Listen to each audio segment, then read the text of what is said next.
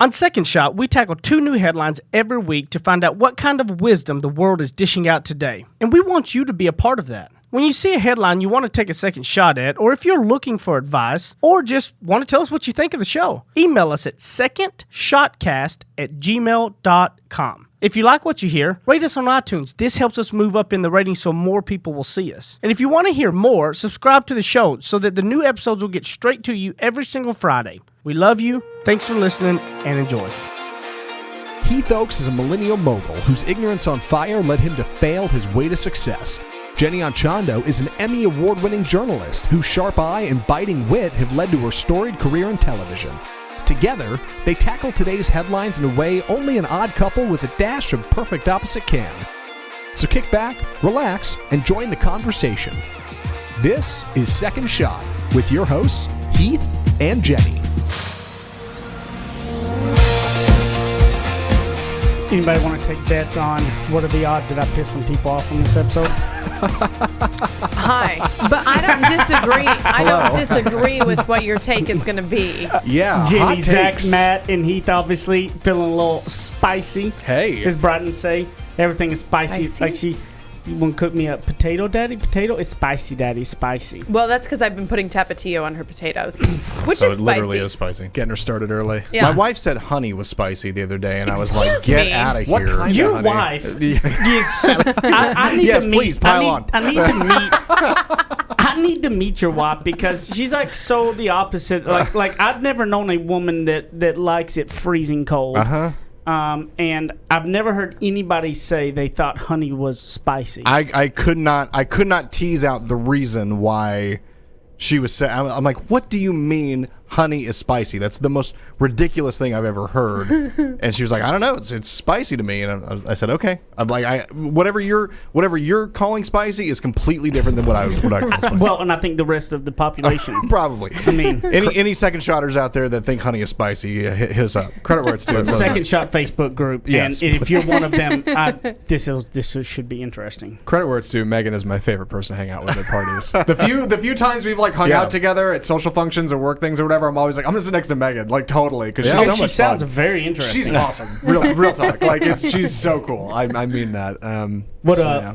Well, we got a headline. I guess we should say. We should jump right into it. Let's hear it. This one's a little lighter than the next one. Breaking format. Hang tight, Second Shot gang. Here we go. Arrogant son pushes BMW given to him into river because he wanted a Jaguar. This is a story all the way from India. A video shows a car sinking beneath the water in a river in northern India that had to be pulled out using a crane. It's a Jaguar owned by a local man named Akash. That's the only name given here. It's a BMW, right? A BMW, a Beamer, that's right. Apparently, a police official said the youth was arrogant and kept insisting that he be given a Jaguar as a BMW is a little small for him and his friends inside. The boy's father said, I wanted to give my son a birthday present. We could only afford to give him a BMW. He kept insisting that he be given a Jaguar. He said the vehicle was too small, but we thought he'll be okay. We never imagined he would do anything like this. He pushed a Beamer into a river because he wanted a Jaguar, Heath. You know what? I bet they did imagine he would do something like this. There's just no gonna way say that that. this took them by surprise. If you have the kind of son, if you have raised the kind of son, No, if you who have the lack pushes- of self-awareness as parents,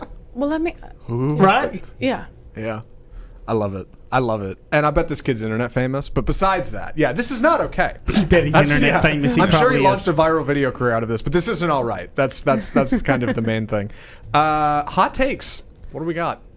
Would you be okay with that? With beating that kid? We've talked a lot about spanking. You can't tell people to beat the kids on the podcast. We I talked know. about If you this. push No. a BMW in the river because you wanted a Jaguar, It'd be rough. Be rough. Physically injuring them, no. Changing the locks and telling them good luck, absolutely. Yeah. Absolutely, because he's lost all sense of direction and all sense of where things come from. I mean, at that point, you're pulling out all the stops. You like call the local police. Like, can you put him under arrest for 24 hours or something? Like, so I can just stay away from him. Like, Well, what do we have to do to make sure he understands how not okay this was? well, the parents obviously have 100% caused this because them saying we had no idea he would do this is. I mean, a kid doesn't just do that, and he had literally no shot of ever doing that, right? I mean, would you agree? Yes. I mean, that was definitely well known that your kid is and you have no idea. I mean, Yeah. Yeah. And that's kind of my first takeaway from this. Like, I don't get angry when I see the story. I just feel sad. Like, there's so much miscommunication and opportunity apparently in this family, like, clearly. And now there's money that has gone into this. And this probably isn't the first incident like this, right? This isn't the first BMW that's been pushed into a river, if you know what I mean. But it just bums me out that that's like a reality, that people could be so disconnected from each other, that like a father and a mother could not understand their son in such a way, that and their son not understand them, that like this is how they act towards each other. That really bums me out. Yeah, that's an interesting second I know take. It's a downer, but like no, but like the lack of connection between the people living under one roof. Yeah. When I heard this, I took kind of an abstract view, thinking about, okay, so what he's saying, his complaint is, this is not what I need. Like, this is not, so I want what car, he wanted a Jaguar. He wanted a Jaguar. But he was gifted a BMW, poor thing. And so it made me think, and like I said, in a more abstract sense, second shot sense, we just keep complaining. We always, I think it's kind of like a natural thing to just keep complaining about what we have and what we don't have, instead of going out and figuring it out ourselves. So for example, like, you accept a job and this is the hours and this is the routine and this is what you're getting, and you just trash that job. Like, you do poorly at it, you don't meet expectations because you're mad about the circumstances, instead of saying, this is not what I want. I'm not going to trash this and ruin it for everybody else. I'm going to move on and get myself the Jaguar job that I want. Or whatever the situation. Same thing in relationships. I think people can have a relationship that's not really working for them, and they're mad about the way that it is because it's not what they want. And instead of exiting, they trash it. They ruin it. They make it even worse for themselves and everybody else around them. And then you come out looking like this kid did. You come out looking like a jerk.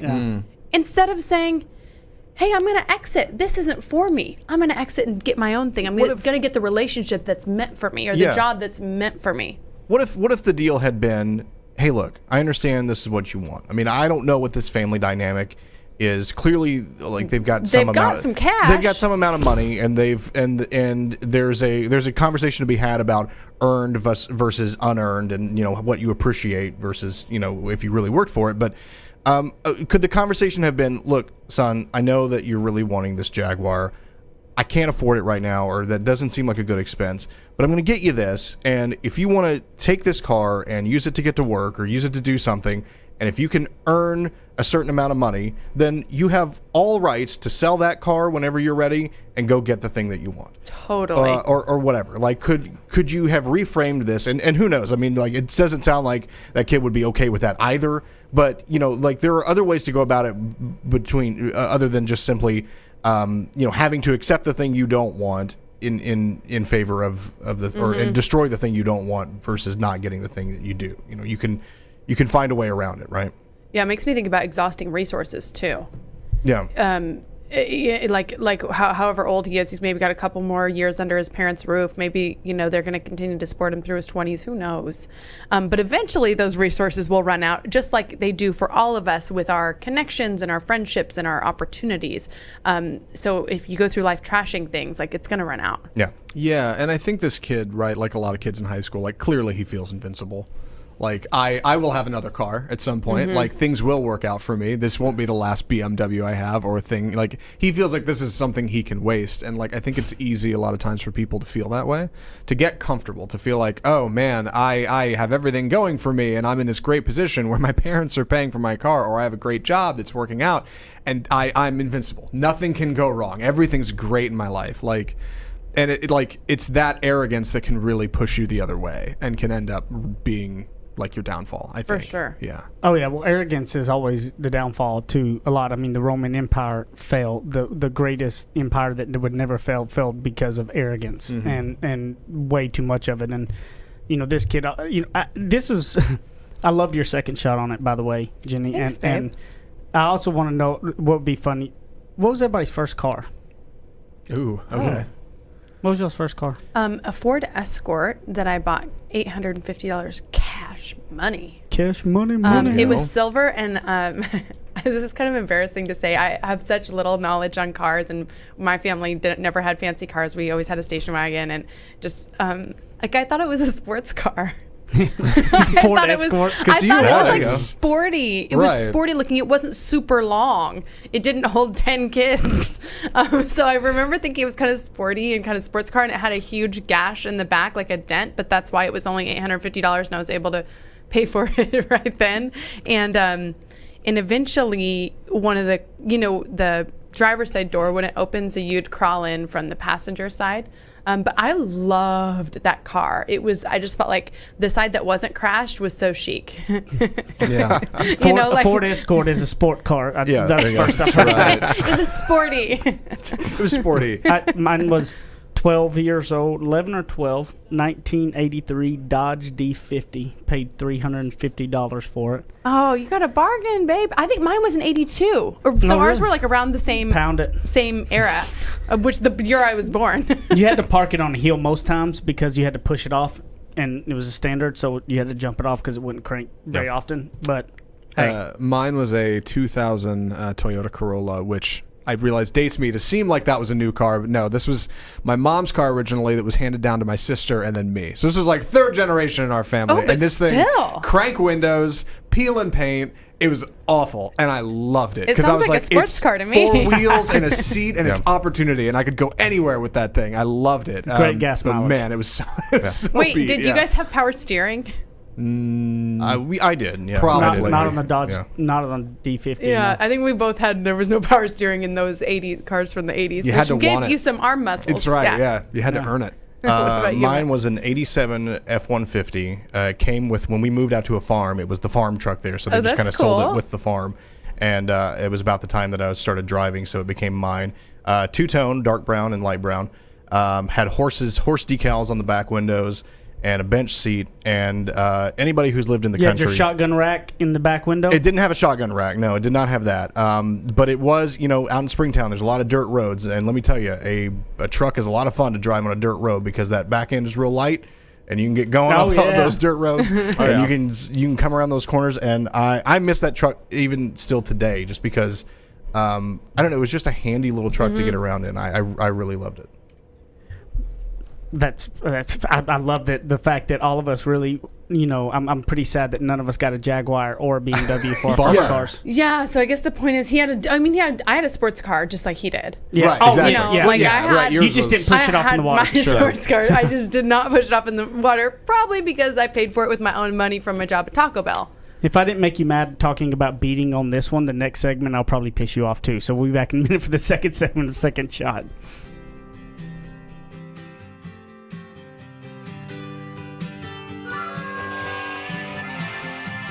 He makes up words, she translates them. Heath and Jenny host more of Second Shot, coming up on RNCN.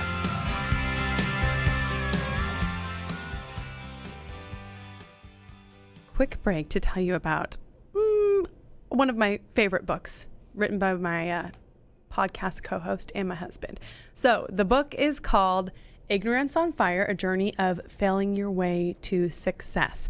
So this is a story of basically my husband's journey from being someone who barely graduated from high school, did not finish college, didn't have any real formal education in the business world, and how he went to become one of the top executives at his company. And it's just a fun, inspiring story. If you have somebody who is maybe getting ready to start a new school year or starting a new job or something like that, this is just a good inspirational read for them.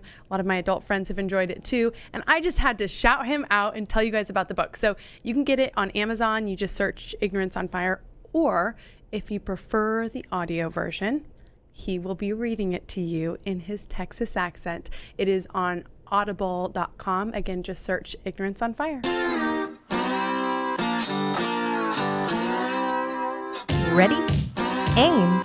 Fire. Second Shot is back for another round on RNCN.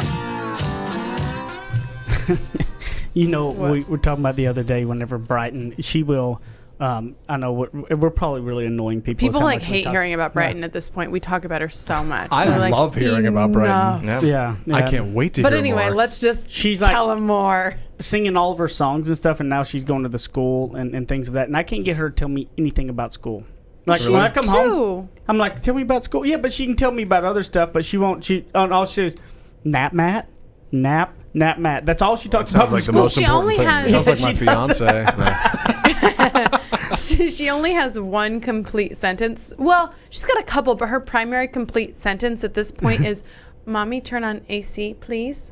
Yeah. It's a true Texas child in Yeah, this sure. 100-degree She's not heat. feeling that 78 degrees nonsense. "Mommy, turn on AC, please." yeah, exactly. We've got Air another conditioning. roommate for Yeah, you, Matt. exactly. She Yeah, likes the AC on. One time putting her in the car. I was, I said, "Mommy's gonna turn the AC on" because it was really hot in the car, and so now ever since she Yeah. go to put her in the car, it's like, turn the AC on. "Mommy, turn AC on, please." Turn AC on. And we've been really working on manners, and so I'll remind her sometimes. She'll say please with that one always, but certain other things when she's asking her, she really has a sense of immediacy. She needs it right then. She'll forget to say please, and I'll say, "Brighton, use your manners," and she'll go, "Mommy, manners." Like, she hasn't connected that like manners means the please and thank you Yeah. and ma'am and sir and everything like that. Well, Speaking of ma'am and sir and yeah, all that, right? Speaking of manners, yeah. Elderly couple shocked by waitress's appalling message on receipt. An elderly couple have spoken of their disgust after a hotel waiter described them as old people on their drinks bill. Phyllis and Robert Hidden noticed the terrible wording on their receipt after enjoying a lunchtime drink and a bite to eat last month. Let me clarify for anybody who can't see the image on our Can video. you pull the image up and show me on the video? In a very clumsy way, I think Matt's got it. Okay, yeah. Matt's got it. I'll remember to get that in. Really, what it was is on the receipt when you list like a table number, what would normally be a table number, instead of table 12 or table 14 for a server, their table was listed as old people in all caps. Which was a little bit of a problem for them. The wife said, "I thought nothing of it at first until my husband pointed it out to me, and then I was shaking with temper. I was incensed. This is appalling behavior. It's a terrible thing to label people like that. It should be a table of numbers. You should be making note of not labeling customers. Age shouldn't be what defines you." And she said, "Had I received an apology in this instance, I would have let it go." But they were just super upset and didn't get an apology until a month after their call. Second shot on this. Hot takes. I can't wait to hear them. We have some food service workers in here, right? Yeah, former. I did. I waited tables forever. I did for a hot minute. I never made it to being able to serve the tables. I had the Taco Bell career and then was a cocktail waitress, a terrible one because I didn't even know like how to open one. how to open a Right. bottle of wine. I didn't know what shaken or what's the other way? I don't know. Stirred or whatever. I don't know. I was a host and never qualified to be a waiter. I never graduated to waiter, so bummer. Anyway, I'm not bitter about that. So what do we think about this? So we're gonna have the link in the show notes, right? So you can go Yes. look and see. I mean, here's the fact: these people are old. The fact is, they're old. Is that why is that? It's like they want to say that, but you know how many times those older people sit there whenever I'm a young kid, being young, going, "Well, you're really young." Okay, so should I take offense to that because I'm young? Like, that's insane to me. Here's where I would feel different. If they said how horrible their service was and they felt like they were being discriminated because they were old and then they saw that, okay. But guess what? They obviously had a decent time there because that wasn't the issue. Right. But here's the fact. That's not labeling and judging. They said a fact. They're old. And they put old people. Why do you have to be offended by that? I don't. Yeah. It's like if somebody goes, you labeled me as a white dude. Wow, I'm offended. No, I'm white. Why should I be offended over that? I'm so sick of it. Yeah. Okay. Again, if you felt discriminated because of Sure, You're like old, for, white, you're not black, getting a yeah, job whatever. because of it, or you're getting poor That can- service because of it. All of those. But there was different nothing things. in this story that there was an issue with any of their service. It was just after they realized on the receipt they were labeled as exactly what they are, which is old. So yeah, right, because people wouldn't be, for example, offended if they wrote children, Yeah. right, or Yeah, kids, kids or table a group wouldn't of, be offended. group of Yeah, ladies. yeah. These people, were, and this is obviously. A lot of people think that this is offensive because it's become a story and it's become this whole thing. And often Heath and I have different second shots on stories, and we kind of had the same takeaway on this. I kind of thought the same thing. Like, well, I mean, they're trying to figure out which table is which, and you just write down a quick defining characteristic. I don't know, or I don't know where in the world we got that old in and of itself was bad. So I don't want to get too deep into the story itself. When I take a second shot on that, it made me think about what are the little things that people say to me that are not offensive that I'm taking offense to. that they're just using. And I'm like, and I've said this before a million times, I'm like naturally a very thin-skinned person, pretty sensitive. I read a lot into what people say, and I contemplate what people say a lot, and I think a lot about what the meaning is behind it. Yes, she does. I do, and I don't think that's all bad, but when it comes to like what they're saying about me personally in terms of things that don't matter, like you got to move on. You got to stop. Oh, okay, well, they called me old. Okay. Right. Well, maybe I am. You know, and is that bad? Like that's not necessarily a bad thing. So my second shot on that is, what are the things that someone else is just saying and doesn't mean anything hurtful by it, but yet I'm letting it eat away at me. And I'm letting it eat away on my ability to thrive and be passionate and be happy and succeed in the world. Like, I think it was just a reminder, cut those things out. I think it also says a lot more about your own insecurities than it does the For other sure. person. Because if someone hasn't worked in a restaurant setting, then I mean this is common, right? Like to note on a ticket like some sort of defining factor. If it's not a table number, then you say the guy in the red shirt or the group of like you said, the group of ladies. So they may have been the only older couple in the bar or in the restaurant at that time. So It had to be, because that's how he described it. So Right. he wouldn't have 3 old tables and then name them old people, you know? Right. So you just write that in real quick. And I think people maybe don't think about the fact that this shows up on the customer receipt. And, Yeah. and maybe you should think a little bit harder about what you're writing down. But it wasn't meant as a judgment. It was meant as a this is the characteristic of you that is easy for anybody to go out there and say, oh, it's the table of 2 older people. But again, like that's it. But do you How is have some sort of sense of or do you have some sort of insecurity about being older, or do you have some sort of insecurity about whatever? Right. But how what are the is- insecurities? How have we gotten to a place that people automatically just start using the word judging when it's a fact? Right. You know what I mean? Yeah, like, sure. Like, it's not judging when it's a fact. Like, okay, if somebody goes, that person called me young kid and you're 12, well, I mean, that's a fact. That's not judging. They're not judging a book by its cover when the cover is clearly what it all is. Like, I don't understand how we got there. Yeah, it's to me one of those things that's lost in translation of like text, right? It's like getting an email from somebody and you way overanalyze it and you're like, wait, why did they use an exclamation there instead of a period? What is that supposed to mean? You know what I mean? And when I see something like this, if I was the person sitting at a table, I would definitely second guess it, because I'm that way. I would look at this and be like, they had to take the time to open up a keyboard and type OLDPEO Yeah. versus like a number, That's- 12 or whatever. Like, That's like it's the- so much more trouble and work. But like, you're absolutely right. This is so surface. You know, it's not even deep enough to say like the nice people at table 12 or Kim and Robert or whatever their names are. It's just a very quick waiter, like say, or waitress in this case, saying, "Hey, that table, old, done, on my way. there we Yeah, go. I'm moving on to the Anybody next can read thing." that and know what I'm saying. Yeah, like I really don't think there's any offense in it. I hope anyway. Well, whenever I really thought about it, I thought about, when you talk about, my second shot on it was really almost, it very lines up with what everybody's talking about almost so far on it, is that the things that if we're getting bullied around in work and in school or whatever, right? Like the thing is, the people who do a bullying of any sort or push people around, they're usually the most insecure people in the world. That's the whole reason they're doing that, right? Mm-hmm. And if you ever feel like you're getting kind of bullied at work, where you feel like people are like taking advantage of you, or they're picking at you, or you're at school and people are just, if you feel kind of bullied in any way, the best way to do it is to own whatever it is that you are, and own that, laugh back at that, and that takes the power away. So, like, Right. for instance, own that you're old, okay, and you don't get offended over you being called an old people, right? Mm-hmm. Like, I was, 18, 19, 20 years old, and I always got, when I started in business and doing stuff that it was really professional, like insurance at 19, 20, okay? Most people would say you better have a lot more years experience before you're trying to handle people's insurance. Mm-hmm. Yeah.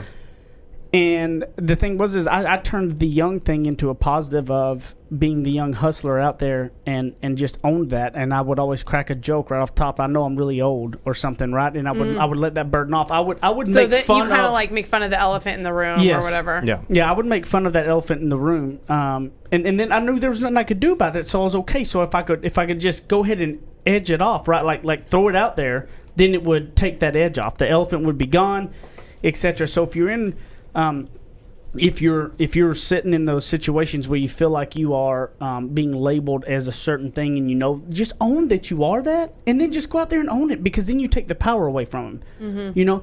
Put that as something that you laugh about, have fun about, because anybody that is somebody that is attacking you for that is somebody so full of insecurities that you should almost just feel very sad for those people instead of being mad at them, because they're so full of insecurities that you just can't imagine what it's like, because it's the only type of people who attack others. So I just feel like if you get confident in owning your own skin and owning who you are, owning your flaws, owning your great things, and then if you kind of head them off with people, then you take the power away. Love it.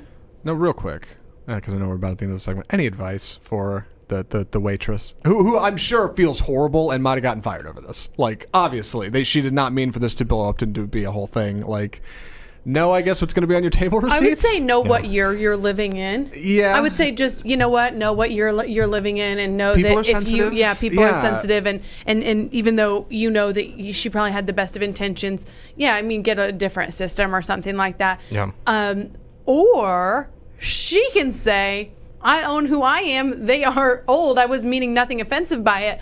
If they're offended by being called old, then maybe they need to look internally. But I'm just saying, if it was me, I'd be like, okay, it is 2019. We don't get to, we Right. don't get to put any sort of labels on people, and we do table numbers from here on out. Yeah, because whatever hotel chain this was, I'm sure sold her down the river, right? They were like, oh yeah, Yeah, she's bye-bye. out, yeah, done. Like, find yourself a new job, and like, obviously, she never intended for that to happen. This is a much more horrifying thing for her than it was the people. But you're right. I can't walk away from this and think, okay, well, this isn't exclusively on the old people. There is a little bit of blame on the woman who typed that in. So I don't know. It's a weird second shot, but I love it. If you are POS systems, which is what these are that create these receipts and stuff, y'all all need to go in there and just knock this part off where like nobody Yeah. ever even sees it. Yeah. Don't You know? take that off the customer receipt. Come on. Yeah, like this should be a simple thing to do, because that just seems crazy to me. And like Jenny just said, guys, people, own it. Own who you are and stop letting others get to you so dadgum much. We'll be back in a minute on third Dadgum. segment of Second Shot. Dadgum.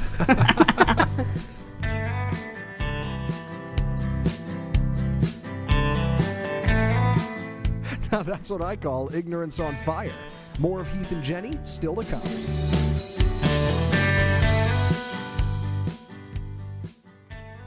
Okay, we wanted to take a quick minute to tell you guys about a company called Energy Ogre. So Heath and I have been using this company for years to save money on our electricity. We've told you guys about it for months and months and months too. So basically what they do is they shop around your electricity, and then they find the lowest option, and then they manage it. So you know how if you notice your rates are going up, you might call around. But who really does that? So they do that for you. The deal is that it costs $10 a month, and if they can't save you anything, then you get the $10 back. So for us, what we noticed is it cut our bill at least in half. So we're talking, we were upwards of $200, maybe a little more than $200 a month. Now we're down to $100. Yes, even in the blazing summers here in the Dallas area of Texas. So it's energyogre.com. So here's Ogre. It's OGRE. So ENERGYOGRE.com. And they actually give us a deal for Second Shot listeners. So if you would like to use it, the discount code is Second Shot. So you can try it for free and see how it works. Again, it's really not a risk, because if you get on there and they can't save you any money, then they don't charge you anything, and you'll get to try it out for free with the code Second Shot. Kick off your boots or suit up. The choice is yours. Welcome back to Second Shot on RNCN. I'm trying to come in and do an intro, and Jenny puts in my face pictures of Brighton at school, and I'm like, lose all of my train of thought. Well, there's this super cool app that a lot of the preschools and parents' day outs and programs and stuff use, and they send pictures of the kids throughout the day so that once you drop them off, you still can't focus. When they're with you, you can't focus, and when they're gone from you, you cannot focus. I don't mean this in a disparaging way, but Yeah. I'm sorry. But being a pet owner, the first thing I thought of was when you take your dog to doggy daycare, they have like, you can tune in and totally. watch your animals all day run around. And I don't mean that as You're a just trying to one up us. Not disparaging, and I'm with you, and we Yes. have a security system for the sole purpose of monitoring Charlie. So yes, yeah. it is the same thing.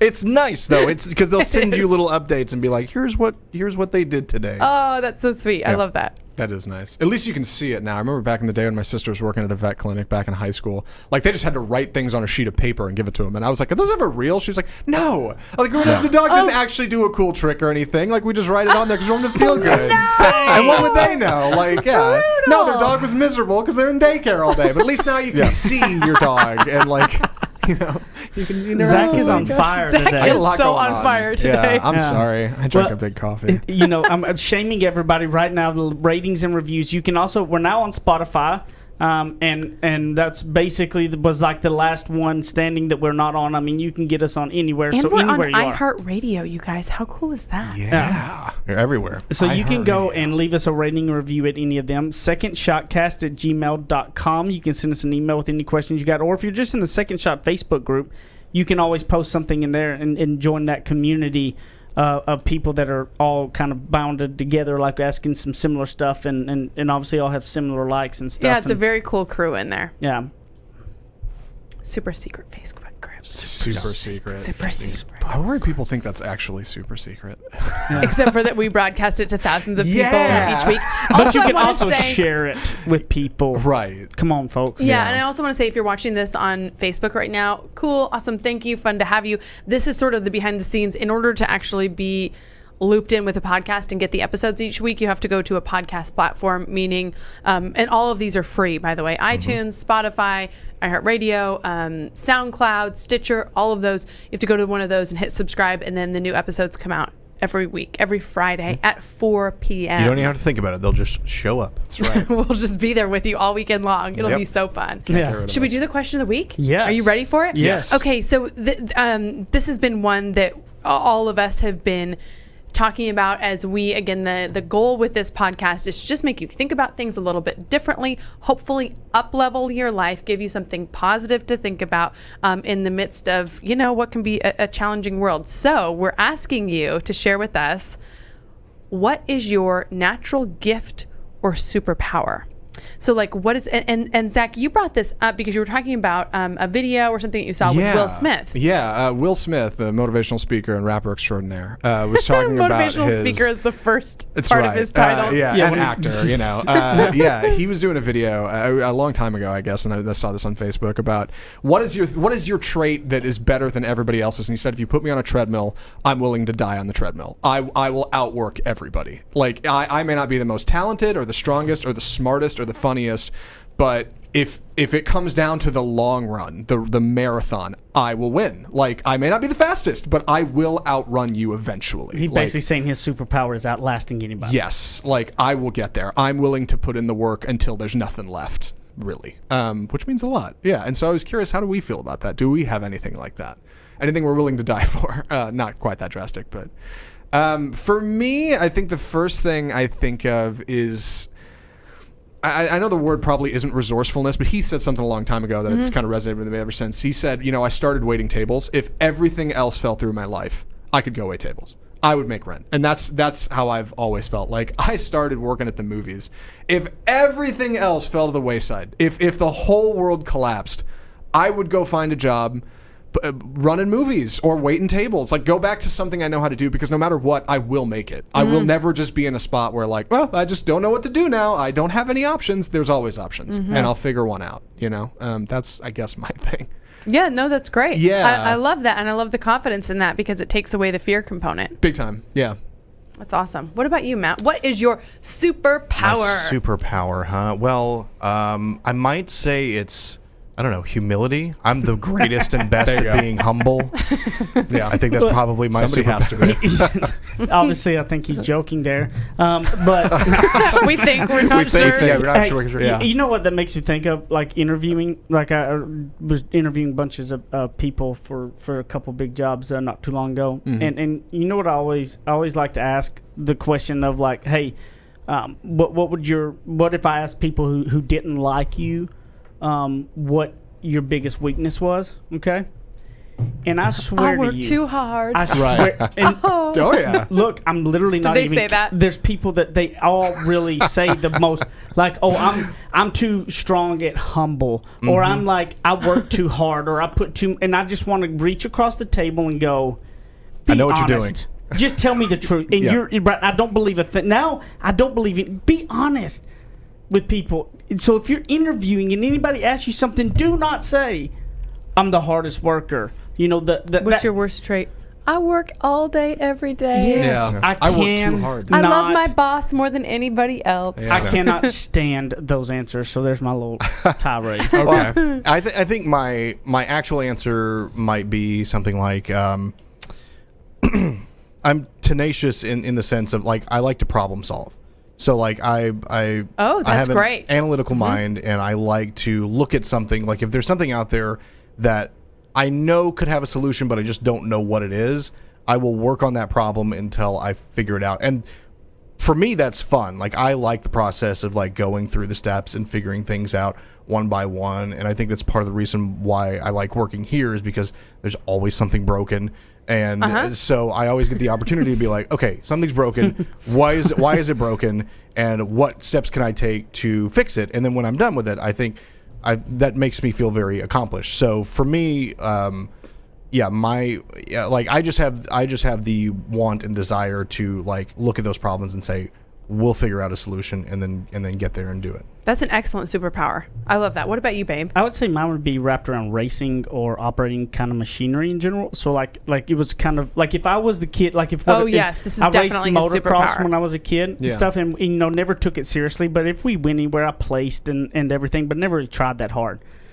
And when I gave up racing for football, which football, no matter if I put 20 million hours in, I was never going to be the best at it, okay? Like, there was hands down not. And I look back and think if I, because I got my pilot's license, I can operate any piece of machinery or vehicle you put in front of me. I will figure any of them out really quickly. It's just a natural inclination. So, like, if I would have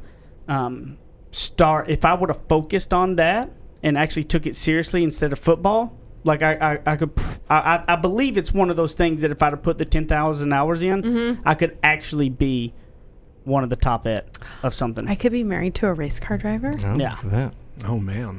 That's kind of cool. No, I got a lot of work I would have to put in. It's just Yeah, one of those. I know. I just think it's a natural It thing totally that if is. I think I worked you're on that point. really hard, Yeah. that I could really be at an epic level. Unlike no matter how hard I'd work at football, I would never be at an epic level. I like it. What about yours? I don't know. You asked the question. went all the way around but the see, room. that's I would my have hoped that you, superpower. of all people, that My superpower is asking other people, encouraging other people, saying that's a good superpower. I'm glad you have that. Wow, Yeah. that's a great point. I think That's that kind of probably like the is I my work too hard answer. no. I'm just no. Okay, I have excellent muscle memory. I still remember my 8th grade cheerleading tryout dance. Is that a superpower that helps you in life? Absolutely not, but I definitely have it. And I would say, let's see. This is so lame, but it's so true. Like, I'm reliable. I show up. I'm going to be on time. I'm a good friend. I'm not going to forget your birthday. I'm going to be there for you. I'm, like work relationships, things like that. I'm very reliable. That is not sexy. That is not cool. But it does work for me in the long haul. You know what I mean? I think it that is works a for superpower, anybody. though, That yeah. is absolutely Yeah. because not enough people are these days. And I think I have mental toughness to not like to do things that I don't actually want to do. yeah. Getting up at the alarm, things like that. Like I said, not sexy or cool, but that's it. You're committed to your goals. Yeah. So what's your superpower, people? What's your special trait? What's that thing that you that you can have that little trait with that can is kind of a natural thing for you? Share it in the Second Shot Facebook group. I hope it's Share leaving this- a review. I hope that's your superpower. Yeah, that would be a great one. Let's and see who those people are. Where can we find you? JennyAndChando.com, on Instagram at JennyAndChando, and again, the Second Shot Instagram page is Second Shot Podcast, spelling out the word second. Apple Zackintosh on Twitter and Instagram. What river did you push your first car into? Hit us up at facebook.com/group/second shot. Let us know. Matt Stoker 1 on Instagram, and on the Facebook group, the Second Shot Facebook group, you'll find me posting new episodes each week. So catch the video version as they come out. Guys at Heath Oaks at Ignorance on Fire, wherever you can find me on all the social media stuff. I love you, and we'll see you next time.